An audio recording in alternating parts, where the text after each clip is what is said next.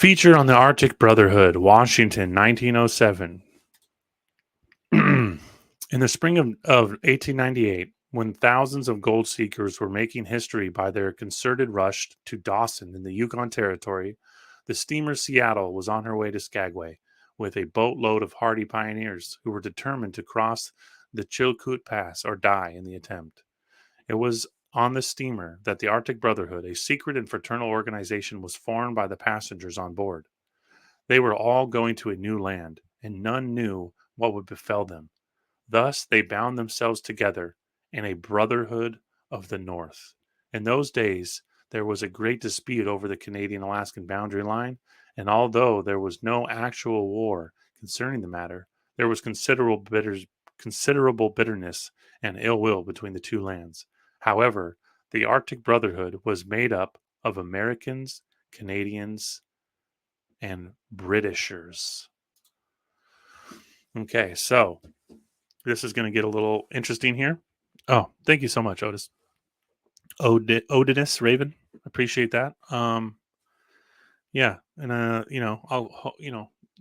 get a little more polished with all this as I go along. But thanks everyone for their patience. And again, the reading the articles can get a little bit boring. So I appreciate you sticking with me. So the order that we were just discussing, right? The Brotherhood of the North, the Arctic Brotherhood, as they call themselves. They later went on to become the Order of the Eagles, which is still around today.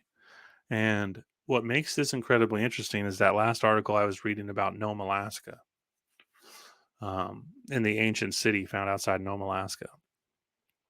The mosques, really interesting. Um, for those of you who were there for Longo's Creek Greek video last night, lots of overlays. You wouldn't believe one of the largest groups of people living in Alaska in this time were Greeks. And they were some interesting looking folks, okay? Lots of Arabic clothing, lots of Arabic overlays. And we're talking about an ancient city with mosques and towers frozen in the wilderness of Alaska outside Nome, right? The Fraternal Order of the Eagles, or the Arctic Brotherhood, their first um, building was in Nome, Alaska. I don't think that's a coincidence. This secret society would go on to control almost all of the exportation of minerals in and out of Alaska. That's why I don't think there was any coincidence here. They faintly describe just a group of miners. We're just on a boat. We're just going to Alaska to make money, and I don't necessarily agree with that. I think there was some serious planning going on here, and when you dive into the founders of the Arctic Brotherhood, it starts to get really interesting. John Court was one of the first national theater circuits, along with John Considine and Alexander Pontegis, who's a Greek. Go figure. Court was one of the Seattle-based entrepreneurs who parlayed their success in the years following the Klondike Gold Rush. So you trace these people, and they're taking all of their gold Klondike wealth, and the two main founders of the Arctic Brotherhood go on to become the entrepreneurs for America's national theater scene. Really interesting, right? For those of you that have kind of an esoteric opinion or view of the world, take what you will from movies and Hollywood and all of these things, but they're going to Alaska, which is a country filled with buried ruins, ancient peoples, of an advanced culture, and they're getting rich off mining gold. And one of the last ones I read there, also in a place outside Nome, was they found ancient mines. So these people were already mining gold there before whatever event happened. And the founders of this Arctic Brotherhood, who go on to be called the Order of the Eagles, And hopefully I can find it quite easily here. Just take a look at some of the notables here, right?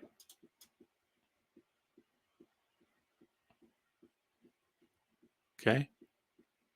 For those of you who don't know about Boys Town, it's quite a depressing subject matter, and there's a good documentary out there on that. A lot of interesting overlays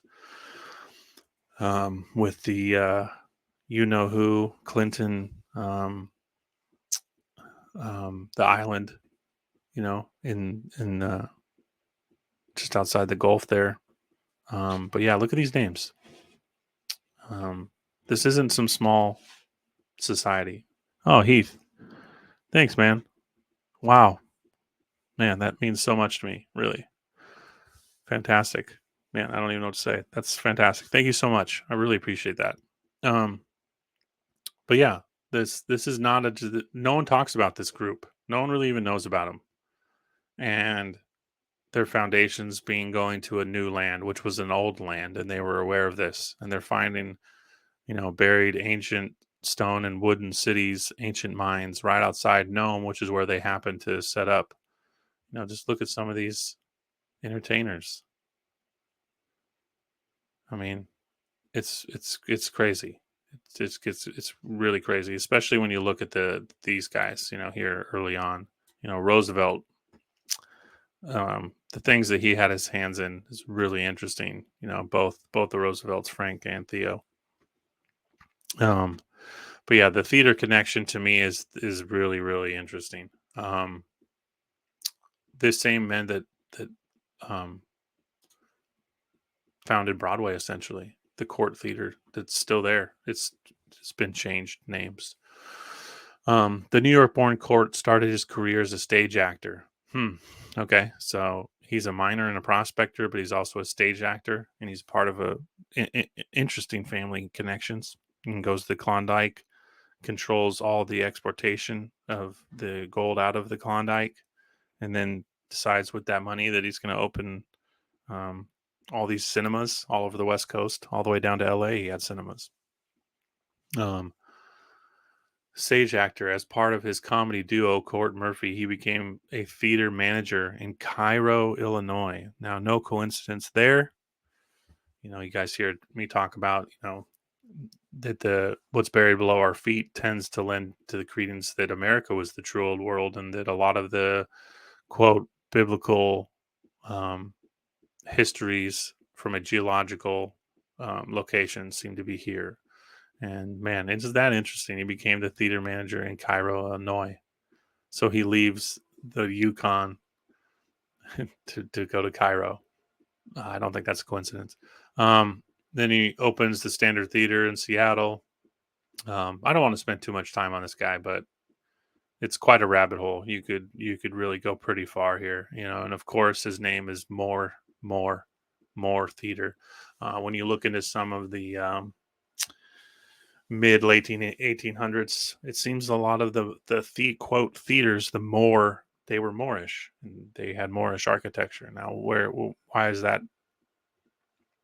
interesting? Well, we were just talking about Moors and Greeks in Florida, and the Fertile Crescent, strengthening again what I was saying earlier about the old world being here, and your Alaska's showing a lot of this as well. We're finding quote um, mosques, the earliest, the largest predominant nationality in Alaska post the purchase from Russia was Greeks. Interesting. And yeah, so if it's something that interests you, you can dig on it yourself a little bit more. But it's an incredible relation here. I don't think there's any coincidence. And again, going just by the notables list, it'll blow your mind. Because I could do a whole video, 2-hour video about Ronald Reagan or Theodore Roosevelt. Harding was an incredible person. Harry S. Truman. I could just talk about the synchronicities between his name and the 33rd president, and